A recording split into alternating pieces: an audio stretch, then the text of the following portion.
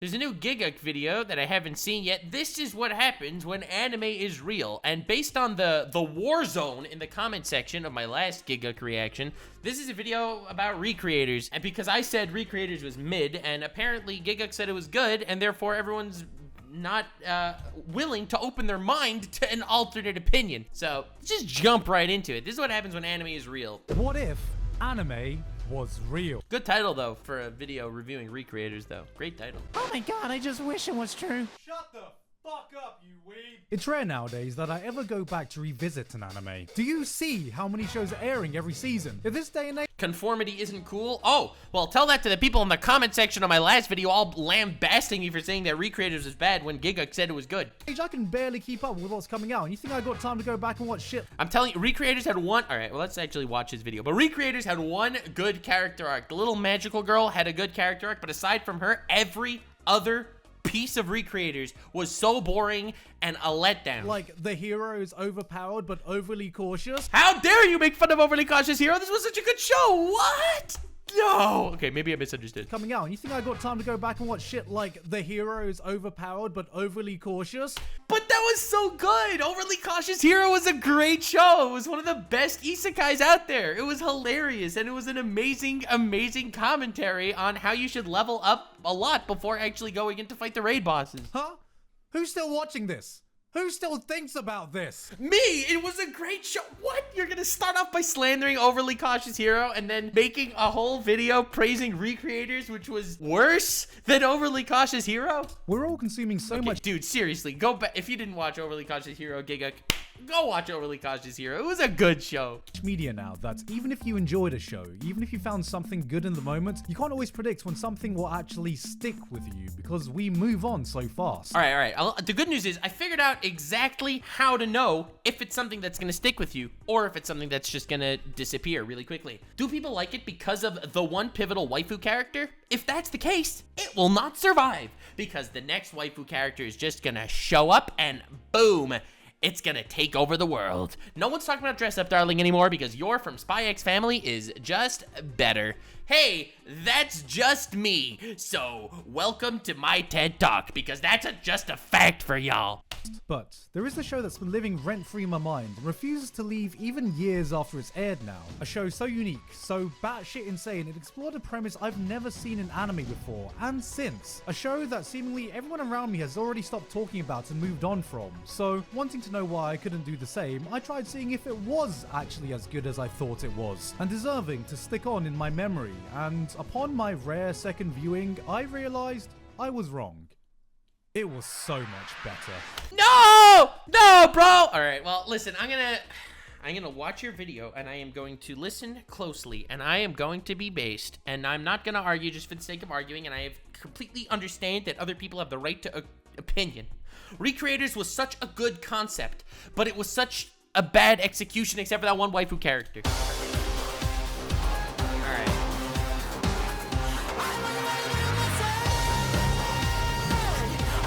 What would the world be like if fiction became reality? 1秒あれば世界は変わるのだ。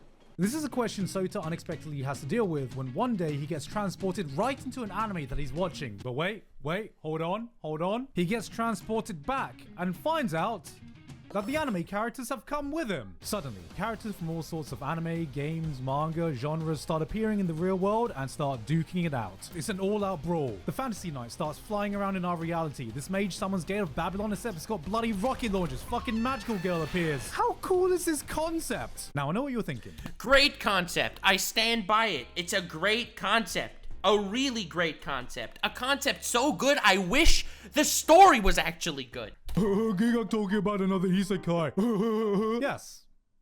But actually, no. Look, yes, we can It's keep a up the meme and call reverse this an isekai, isekai. but the premise and appeal is not even in the same galaxy as your standard isekai, so no. True. Thank you, Terraform in chat. Digimon Myotismon arc was better than Recreators by a lot. By a lot! I don't like this because it's an isekai. I like it because it's fate. One thing I absolutely love in any medium is seeing elements that don't traditionally exist together clash with each other in a story. Like, that was the biggest reason I initially started to get invested in the MCU in the first place. Growing up, I was never You're invested in the MCU? What has happened to you, Gigguk? I'm massive into superhero movies, and when Phase 1 first released, that's mostly how I felt. Then, Avengers came out, and I was like, wait, I get to see a billionaire engineer fight a Nordic god and a super soldier in the mix? Now you have my attention. Hulk starts wrecking shit. Aliens blow up New York, and Hulk... Hold up. Is this a normie take? Is my main man, Gigguk Garnt, the isekai extraordinaire extravaganza lover dude? Is this a normie take? Hawkeye's like, guys, I have a bow and arrow. Then, slowly, you start seeing the world changing. Governments have to acknowledge the threat of alien invasions. Space travel gets introduced as a normal thing. Doctor Strange comes out. Great, I guess we have wizards now too. Black Panther. Okay, now there's a secret advanced civilization. Thanos invades, and Hawkeye's still like, guys, I still got my bow and arrow. Thanos, you better... All right, watch this is a out, good I'm bit, gonna Gigguk. Normie lover of Avengers, Gigguk. This is a good bit. I will give you that. shoot you with this arrow. It's a really sharp arrow. Pew, pew. Magic, space. That was actually a really good bit, though. I wasn't even joking. That was actually a good bit. Let me just remind chat really quickly the Gigguk drinking game rules that we have, all right? Gigguk drinking games are simple. Every time he makes an Among Us reference, I drink. And every time he mentions Evangelion, I drink. Those are the two rules for the Gigguk drinking game. Technology, gods, super soldiers. You have all these elements, all coexisting, all coming to head in the same universe. Not as a gimmick, but building off each other for a grander plot. And this is the basis of why I love Recreator so much. Okay, that's interesting because I don't like I think that the Marvel Cinematic Universe is relatively cringe too. That's my take also. So I guess we're on the same page. I also think Recreators is relatively equivalent to the Avengers.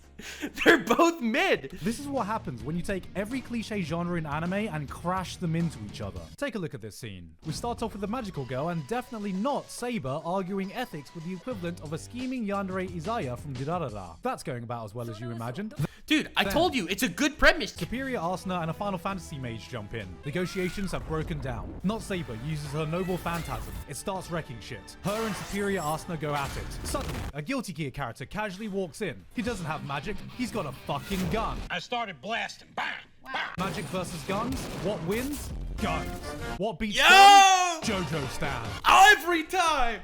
A Persona character with a JoJo stand joins the fray in battles by sucking using his stand. Seeing Yeah! this violence, the magical girl just wants everyone to get a... I'm telling you, this is the only good character in the entire show. I love this because I've actually seen this, so I actually have the right to an opinion. She's a great character, but her arc ends at like episode 6. Long and decides to join in to try and stop the fighting with the power of friendship and more violence. It's carnage, it's mayhem, and just as you think it can't get any crazier, a giant mech just drops in and... What is happening? You have a fake character fighting a fantasy character, fighting a Guilty Gear character, fighting a Persona character, fighting a magical girl, and in the middle of this, there's just a Monogatari villain causing complete chaos.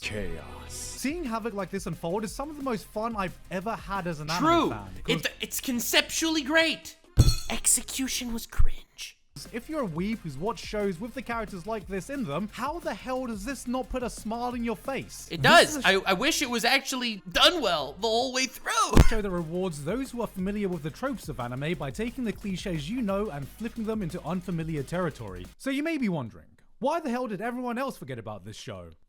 That's what I want to fucking know. The most common complaint I didn't forget about this show. I remember Mother's Basement was talking about how this was like one of the best anime of all time. He said this was in like the top 5 anime that came out in like between 2010 and 2020. Such a cringe take too. Oh my god, stop it. About the show is that it's just bogged down with too much dialogue because it's not just dialogue, it's just so boring throughout. Oh Lord, there's a lot of it. None of these by the fact that all of these characters are fictional characters and they want to kind of understand their roles in the universe, their backstories are amounted to 0 because they have no backstory since they are just fiction. So you're trying to make me invested in characters that have no personality whatsoever aside from that one gimmick cliche. And the main character is just god-awful as well. The first 2 episodes open up with a bang. You got giant robots, you got explosions, you got this badass girl playing a gun with a sword like a violin to control Agreed. All that's awesome. Like, oh god, I'm so ready. This is gonna be awesome. Yeah, then the next few episodes hits and it's like... There we go. Yes, it was boring as heck. Get back. back to the sword lady fighting the giant Gundam again, please? The first time I watched this, I came in with the expectations that this was just going to be a dumb, fun action romp with anime from every genre. So when there were several episode stints of nothing but just talking, I would honestly just half zone out, waiting for the next action scene. But on my second viewing, because I knew when the action was coming, because I wasn't just anticipating the next big fight scene, I had the chance to actually fully immerse myself to what they were talking about, and I thought, damn, this is actually interesting as hell. Recreators doesn't just settle with presenting this wacky concept of, hey guys, what if anime was real? But put serious thought into what struggles would actually exist if characters of fiction could break the barrier to our world. From the biggest effects to the smallest details. Characters that get transported here end up having some sort of sensory overload when they come to our world. The air feels different, the food tastes more flavorful, colors are brighter. What they experience in their world is only dependent on how much detail their author puts into their work. How descriptive was the orange juice they drank? Did the author deem it necessary to add coffee to their world building? But here, taste, smell, sight, a whole world of sensations they've never experienced is now at their fingertips, and I just thought this was a cool little detail I never would have thought about. But on top of this, Recreators builds on that this is a concept cool little detail that I wouldn't have thought about necessarily either. to explore so many interesting ideas, like what if these creations It's like all the characters are so, like, I know that they're they're from a fictional world, so they're obviously not going to be as deeply written characters, like from their conception as the characters in the real world in this anime.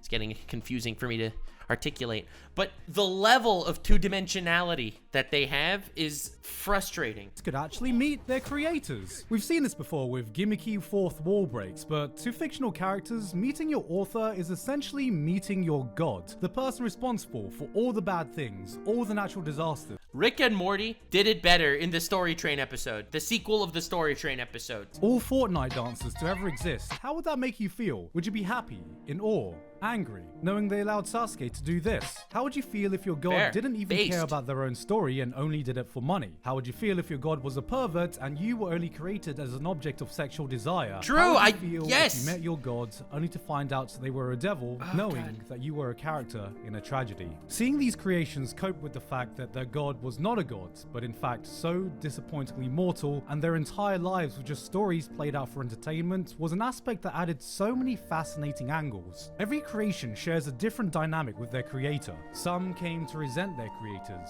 some formed a pseudo-parent-child bond, some just chose to ignore it and take a deep puff of some of that good copium. And this took the archetypes these characters were based on in so many interesting directions. Take Mamika, the magical girl. There we go. That's the one example that I use. That's the only good character. Right in episode 2, we find out magical girls are packing some heat. Her family-friendly magic starts fucking shit up. Buildings are erupting. There are explosions everywhere. She almost kills a guy. People are fucked. Then afterwards, she looks around and is And like, she sees "Oh my the God, destruction who that this? she did." You did this. Yep. You caused all Yup. this collateral damage. The only good character. What the fuck is collateral damage? She comes from a children's show where there is no violence and every problem is solved by the power of friendship. So when she finds out she can cause serious harm and not all conflicts can be solved by telling people to get along, she's just like, eh?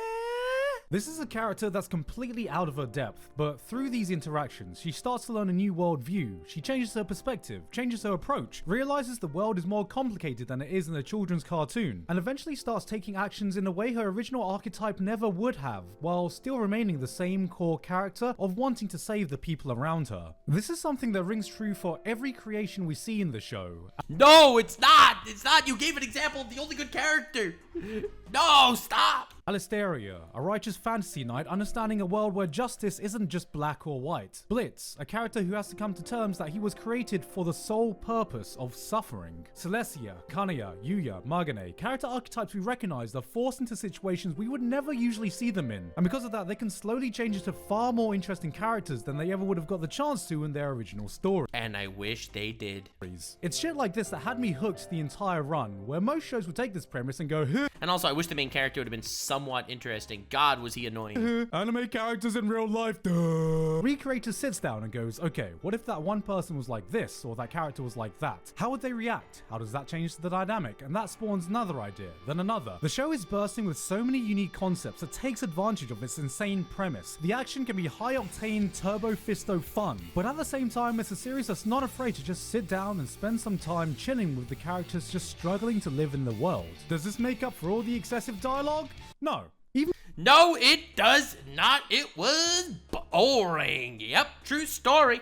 And the ending was so anticlimactic, it was sad. With all this interesting stuff, there's so much of what I like to call anime bullshittery. Ah. Characters will just pull a 5-minute exposition dump Thank on why you. other people are being transported to the real world. How do we fix this? Why Right, the world is there coming we to a go. It took itself too seriously in places that it didn't need to, and it didn't take itself seriously enough in places that it did. fucking end. And I hate to do this, but girl, this is kind of on you. Half the time when the plot doesn't know where to go, our lovely mage Meteora will suddenly get a bright idea and be like, guys, I have a theory. Go on.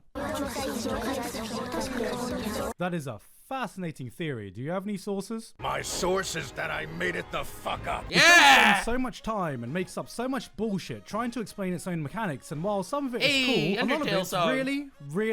really did not need to be that complicated. Recreators, looking at you, nobody gives a rat's ass of your PhD level of bullshit you used to explain why anime characters are here and why the world is coming to an end. If you needed to add stakes, you have an OP villain who hates the world. Just give a time limit before her power becomes Easy. fully active or some Easy, shit. Come bro. on. Look, Easy. we're not here for this. もちろんその通り私たちは今まで Shut 通 up, り bitch! We're here for this.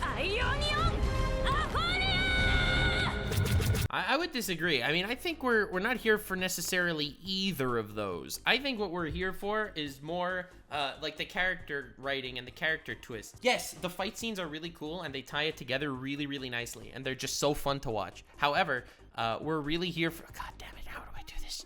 I don't want to spoil anything because like it's a decent show. I said it's a 7 out of 10. It's not bad, right? The Magic Girl was treated so well in this story. And I wish other characters got the same righteous treatment that she got. And if they would have, I would have liked this a lot more.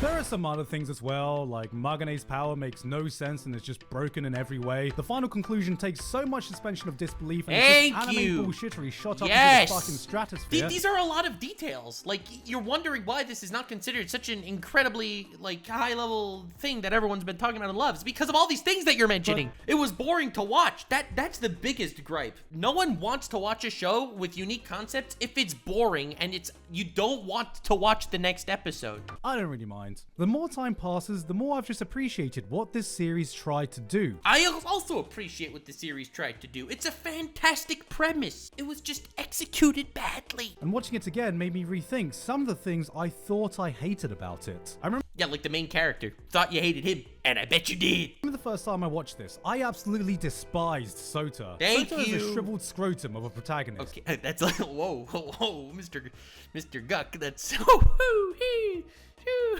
all right, that's an insult. Early on, we find out that he knows the origin of the villain everyone's trying to find out about, and he just does Nothing about doesn't tell it. anyone, doesn't do anything. Cringe. The plot goes on standstill just for him. And I remember the first time I watched this, I was fuming, livid that this Shinji-ass motherfucker was taking up valuable screen time. Hey, whoa, Shinji, that's an Evangelion reference. All right, we drink.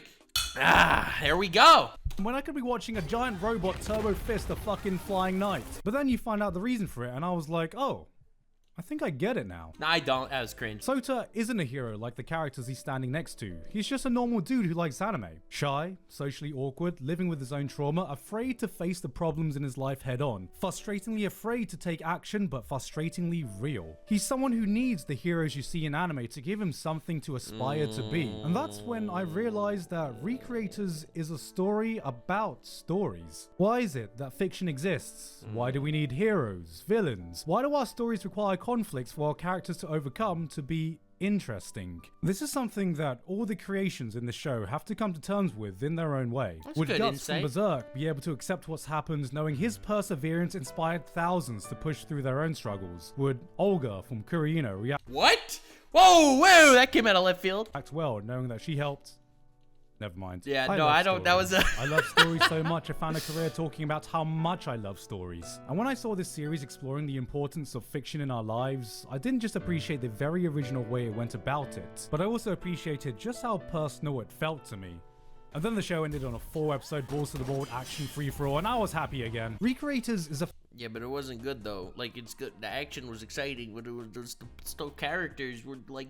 Fan fiction for anyone who's ever created something, a celebration of anime and the culture behind it, a look into the dangers of That was good insight. I like that insight. online toxicity, a boatload of fun, and a love letter to stories themselves. Can it be a little messy? Yeah. Is the dialogue a little bloated? Yeah. Is the pacing a bit off? Yeah. But now I've just come to value Is it boring and all the characters except for one are extremely two-dimensional? Yeah. something that so specifically speaks to my tastes, even if the execution isn't perfect. A 7 or 8 out of 10 show that appeals to Bro, why am I getting so much hate? I said it was a 7 out of 10. And he says it's a 7 or 8 out of 10.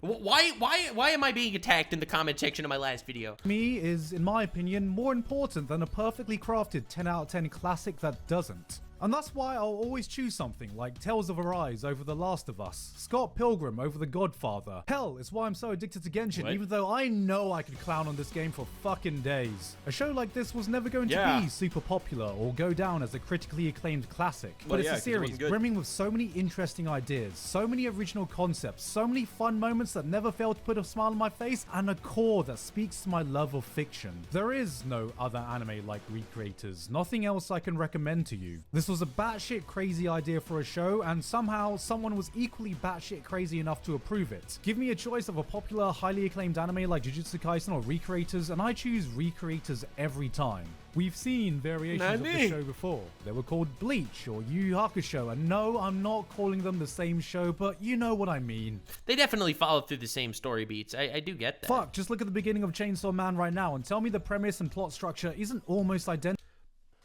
Whoa, they are extraordinarily different. There's gonna be more Jujutsu Kaisens in the future. There's gonna be more My Hero Academias in the future. There's gonna be more Narutos in the future. Yeah, you just mentioned Jujutsu Kaisen and My Hero Academia. Those are the Narutos of the future. But there's only ever been one Recreators.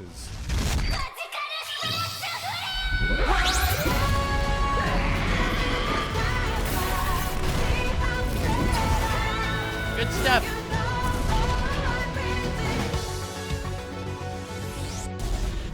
I really like this video. It was a good video. Okay, I would recommend other shows that are similar to Recreators, I guess, and I don't think people would agree, so we'll just leave them off. But a lot of isekai have like all these different cultures and stuff that you have to understand how all these cultures interact, and I think it's very similar to something like Recreators.